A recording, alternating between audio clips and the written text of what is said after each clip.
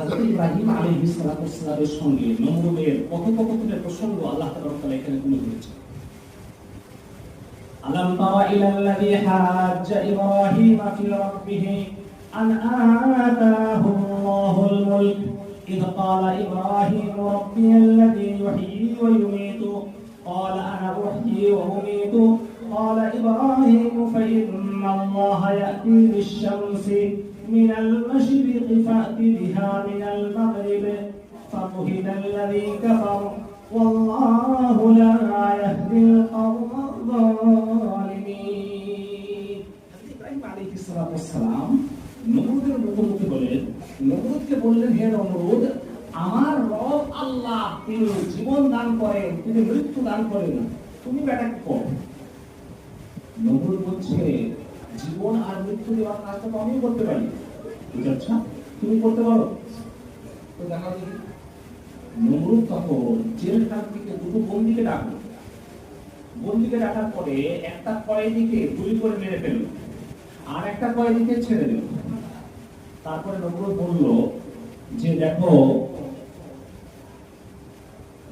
আমি এই দুজনের মধ্যে একজনকে মেরে দিলাম, আমাদেরকে মৃত্যু দিলাম, আর একজনকে ছেড়ে দিলাম, ওকে মারতে পারতাম কিন্তু ছেড়ে দিলাম, তারপর ওকে জীবন দিয়ে দিলাম। জীবন আর মৃত্যু বাস্তব রূপটা সে বুঝলো না, বা বুঝেও সে হতকারিতা করলো। কারণ হচ্ছে জীবন দেওয়ার মানেটা কি? একটা মৃত জড় পদার্থ, তার মধ্যে প্রাণ নেই, তার মধ্যে প্রাণ সঞ্চার করা, এটাকে জীবন দেওয়া বলে। নমরুদ বলছে, জীবিত মানুষটাকে ওকে ছেড়ে দিচ্ছে, দিয়ে বলছে ওকে আমি জীবন দিয়ে দিলাম। এটা কেমন জীবন দেওয়া? হযরত ইব্রাহিম আলাইহিস সালাম বললেন, সোজা করে দিয়ে উঠবে না। যখন আঙুলটা সোজা করে যখন ঘি না ওঠে, তখন কি করে? কি করতে হয়? সোজা রাস্তা যখন আসছে না, হযরত ইব্রাহিম আলাইহিস সালাম যুক্তিটাকে একটু ব্যাখ্যা করলেন। বললেন, আচ্ছা নমরুদ, তুমি বলো ফাইন্নাল্লাহা ইয়াতি বিশ-শামসি মিনাল মাশরিকি ফা'তি বিহা মিনাল মাগরিবি। Allah brings the sun from the east, you bring it from the west. আল্লাহ সুবহানাহু ওয়া তাআলা প্রত্যেকদিন সূর্যটাকে পূর্ব দিকে উদিত করেন, তুমি একবার পশ্চিম দিকে উদিত করে দেখাও।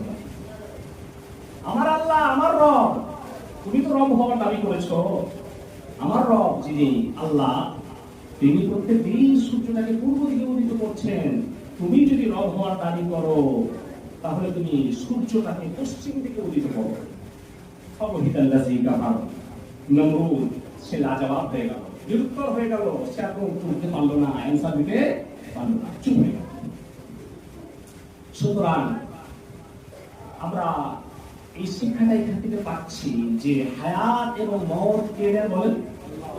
আল্লাহ সুবহানাহু ওয়া তাআলা। হায়াত আর মওতের মালিক হচ্ছেন আল্লাহ।